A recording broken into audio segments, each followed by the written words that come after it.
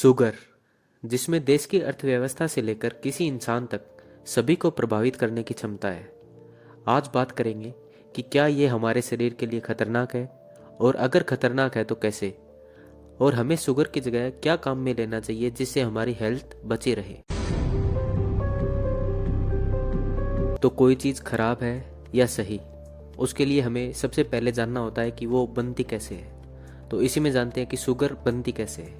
तो इसमें सबसे पहले गन्नों को फैक्ट्री में लाकर उन्हें क्रश करते हैं। फिर जो लिक्विड जूस होता है उसे हाई टेम्परेचर पर उबाला जाता है, जिसके बाद ये कुछ इस तरह दिखाई देता है, जो काफ़ी हद तक नेचुरल या कम नुकसानदायक मान सकते हैं। पर अब जब इस जूस को चीनी के क्रिस्टल में कन्वर्ट किया जाता है, तो इस क्रिस्टल को सफ़ेद दिखाने और इसकी इम्प्योरिटी को कम करने के लिए, जिससे इसकी प्योरिटी बढ़े और ये ज़्यादा सफ़ेद दिखे, इसके लिए इसे 60 पार्टिकल पर मिलियन सल्फर डाइऑक्साइड से साफ किया जाता है।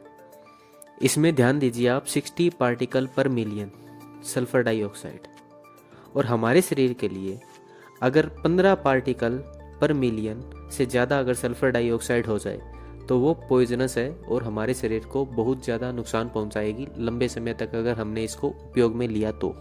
इसीलिए यूरोपियन कंट्री में शुगर वॉश करते समय सिर्फ 10 पार्टिकल पर मिलियन सल्फर डाइऑक्साइड का ही यूज़ करते हैं, और वहाँ की सरकार इसके लिए काफ़ी ज़्यादा स्ट्रिक्ट है।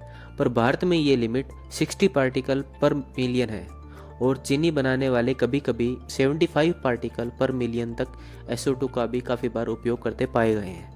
इसके अलावा यूरोपियन कंट्री में शुगर वॉश करने के लिए दूसरी तकनीक काम में ली जाती है, जिसमें सल्फर डाइऑक्साइड की बजाय CO2 या कार्बन डाइऑक्साइड काम में ली जाती है, जिससे कि ब्राउन शुगर पैदा होती है, जो कि आजकल यूरोपियन ट्रेंड है। और आपने भारतीय मार्केट में भी काफ़ी बार आज के टाइम ब्राउन शुगर देखी होगी, जो इस वाइट शुगर की बजाय काफ़ी ज़्यादा सेफ है। तो अगर हमें इस स्लो पॉइजन से बचना है तो हमें कुछ चीज़ें देखनी होगी।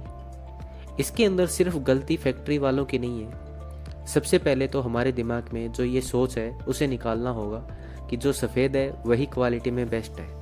उसके अलावा सरकार को स्ट्रिक्ट एक्शन लेने होंगे, या सरकार को इसकी चीज़ के लिए प्रेशराइज करना होगा कि जो फैक्ट्री के अंदर जो 60 पार्टिकल पर मिलियन का स्टैंडर्ड है उसको ज़्यादा सेफ्टी की ओर ले जाया जाए, और ज़्यादा सेफ ऑप्शन जैसे कार्बोनाइटेड वॉशिंग जिसमें CO2 का यूज हो, उसकी ओर फैक्ट्रीज को प्रमोट करना चाहिए। इसके अलावा जब हम चीनी या उससे बने प्रोडक्ट्स का यूज करते हैं तो ब्लड ग्लाइसेमिक इंडेक्स में भी काफ़ी ज़्यादा बढ़ोतरी होती है, जो शरीर के लिए काफ़ी खतरनाक है। और जैसे जैसे उम्र बढ़ेगी, आपने जो ये शुगर ली है इसका प्रभाव आपको दिखेगा, जिसके कारण आपको डायबिटीज़, हाई कोलेस्ट्रॉल जैसे रोग होंगे। और आज के समय में जो PCOD रोग होता है उसके अंदर ये जो हाई इनटेक ऑफ शुगर या फिर ये सल्फर वोस्ट शुगर होती है, इसका बहुत बड़ा रोल पाया गया है। अगर वो महिलाएं शुगर का यूज़ करना कम या बंद कर दे तो उनकी लाइफ में काफ़ी ज़्यादा बेटर इंप्रूवमेंट होता है, और वो इजीली उस चीज़ से रिकवर करके हाइपोथायरॉयडिज्म और PCOD तक को क्योर कर सकते हैं।